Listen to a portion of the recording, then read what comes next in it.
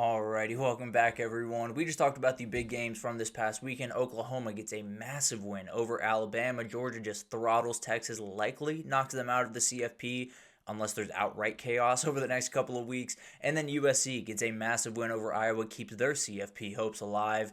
And now we got to talk about some upset alerts, and you know where we're going to start.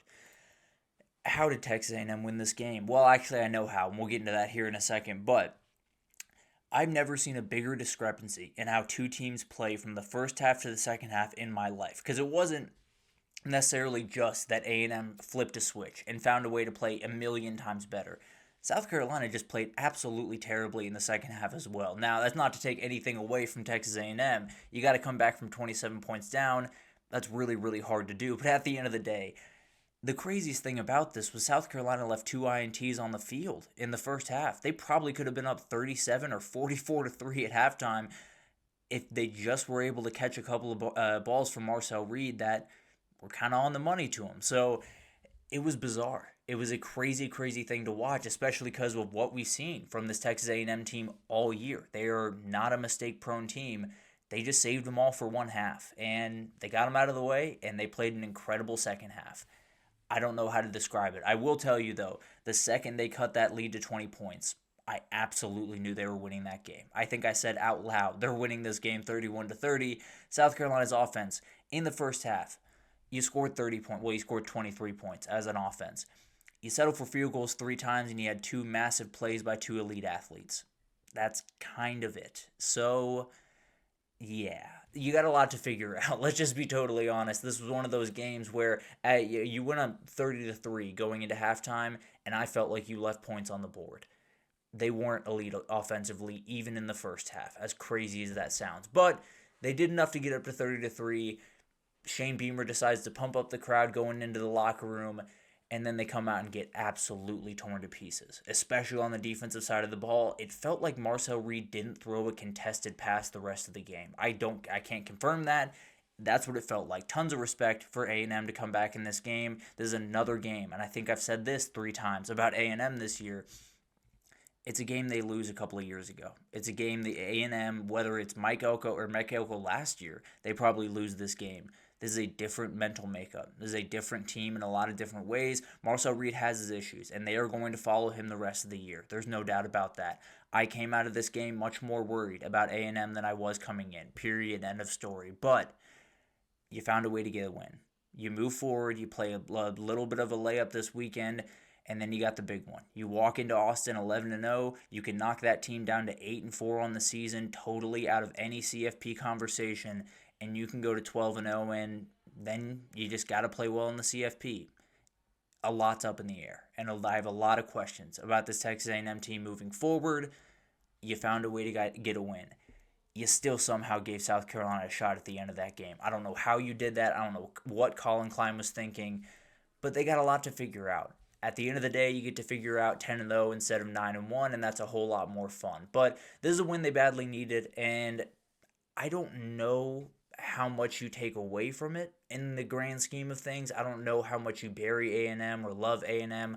I'm a little bit more worried, but at the end of the day, you found a way.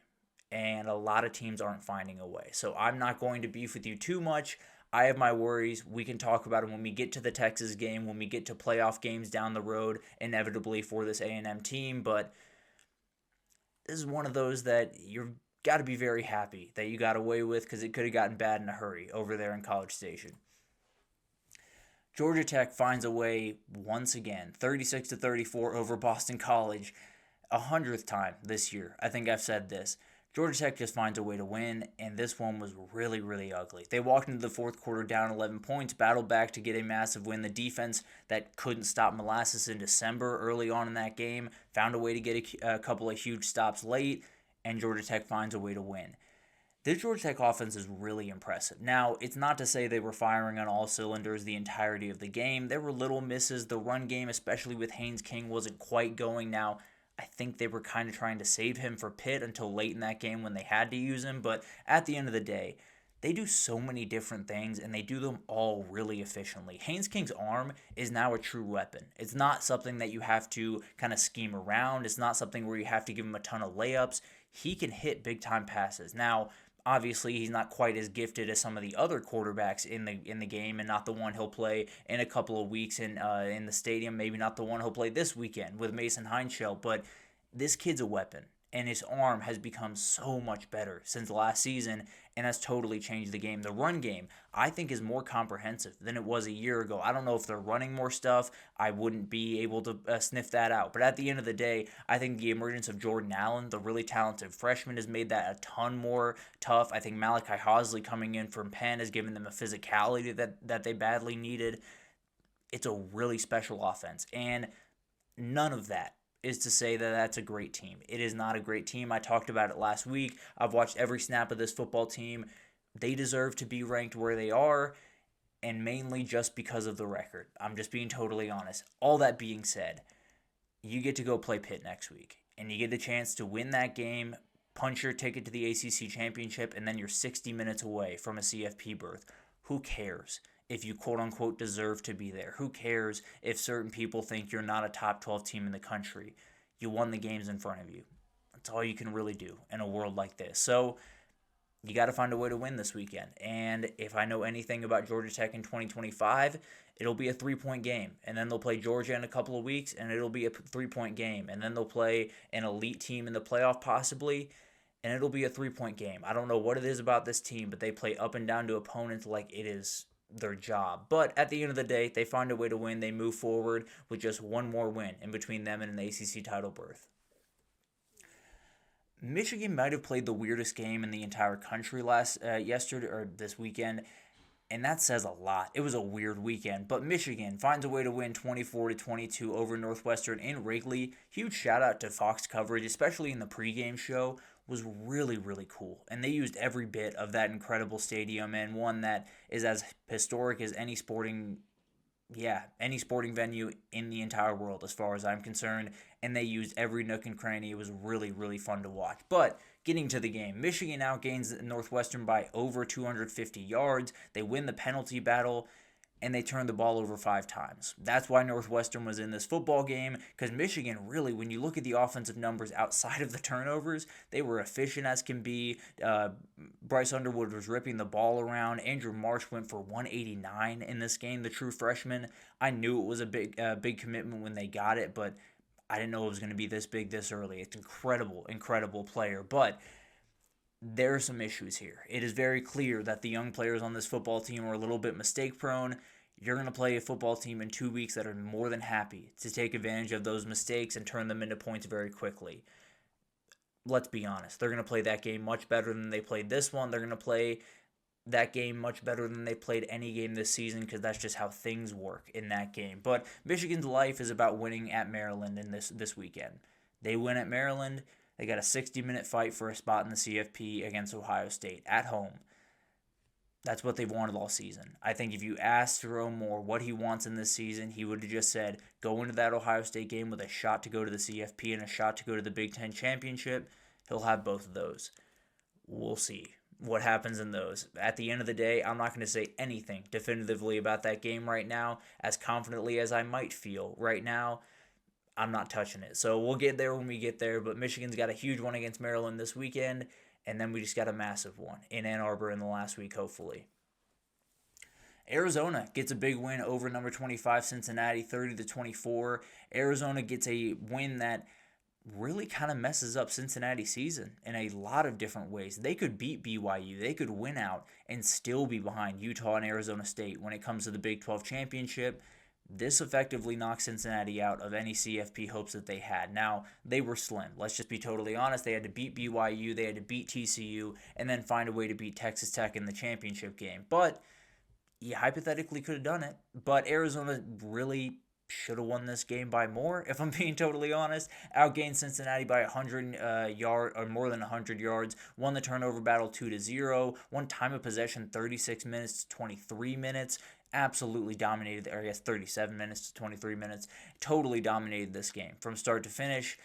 A couple of missed field goals and a couple of mistakes made this thing a little bit closer, but the Arizona offense just turned it on in the second half. They scored on every single drive other than the kneel down in the second half. A field goal, 2 touchdowns, and then a field goal, and then the end of the game. elite stuff from Noah Fafita and company. And Brent Brennan deserves a lot of respect. This was a very, very tough team coming into the season. There was a lot of worries about if he was going to make it throughout the season. There were a lot of worries about the full talent level of that team, especially with Tatoria McMillan moving on. They played really good football, and they found a way to get to, I believe, 7-3 now, if I'm not mistaken. Played really, really good football. If they get wins against Baylor and Arizona State, they're going to finish 9-3 in his second year there and have a lot to look forward to next year with a conference that you never know. You never know who's going to be at the top of it next year. Maybe it'll be Arizona this time next year. Massive missed opportunity for Cincinnati. You had a chance to walk into that BYU game with just about everything on the line. Now there's not much of anything on the line. Weirdly enough, you could win that game and not even get to the Big 12 championship. Obviously, you still want to win out and give yourself a shot, but this 8-0 start could turn into 8-4 very quickly. They get BYU and TCU to finish off. It's going to be tough. That's a very, very interesting team moving forward, but a lot of respect to what Scott Satterfield has done this year. I think they've done a really, really great job. You just hope they can get to at least 9-3 and make the season look at least respectable. You never want to lose 4 games to end the season. I misplaced the scores on this one. Apologies for that. But Clemson gets a win over Louisville 20-19. This was gross. This was a really, really, really ugly game from start to finish. They were playing hot potato with the win here. In the final quarter, we had a Clemson fumble, 2 Louisville missed field goals, a turnover on downs for both teams, and then Clemson's touchdown, which was the lone score, and it was enough, I suppose. It was enough. It was a bizarre game from start to finish, but Clemson finds a way to win, and Louisville officially they were on the outside looking in already after that Cal loss, but this officially does them in. They could mess up SMU season next week, which will be a little bit fun, but at the end of the day, really, really interesting stuff from this game. Small note here. The goal line sequence, where they hand the ball off to Peter Woods, they try to do it again, and then they fumble. It's one of the worst things I've ever seen on a football field. I really do mean that. A lot of respect to Peter Woods. He's one of the best athletes in the country. What are we doing? After the first one doesn't work, let's just call it a day and run a running back. But at the end of the day, they find a way to get a win. I will say something nice about Clemson really quickly. It's been a terrible season. There's no argument in the other direction. It's been a massive, massive disappointment. These kids really fight. They get up every single Saturday and they play their butts off. And it's something that doesn't happen all the time in this era of college football. It's not something that happens really all that often at all. So a lot of respect to them. I think it's a season that they very easily could have already been on the phone with other coaches, trying to set up where they're going to live in a new place at the end of the year. They've continued to fight for this football team, and that does mean something. But none of this really matters for the ACC, especially with Louisville going down, but it makes things a little bit more interesting. Louisville now can be a little bit kind of a agent of chaos, if you will, and knock out SMU next week, and then we'll see what happens the rest of the way in the ACC, because I think the chaos is far from over, if I had to imagine, but we'll talk about it all as it unfolds. It has been it was a very, very weird week when it came to upsets. Felt like we were going to have a million, and then a couple found their way out of it, like Georgia Tech and Texas A&M, but at the end of the day, still a lot of meat on the bone, still a lot of things to figure out. We'll talk about a lot of the games we haven't been able to touch on right after this in a whip around, so stick with us. We'll be right back after this.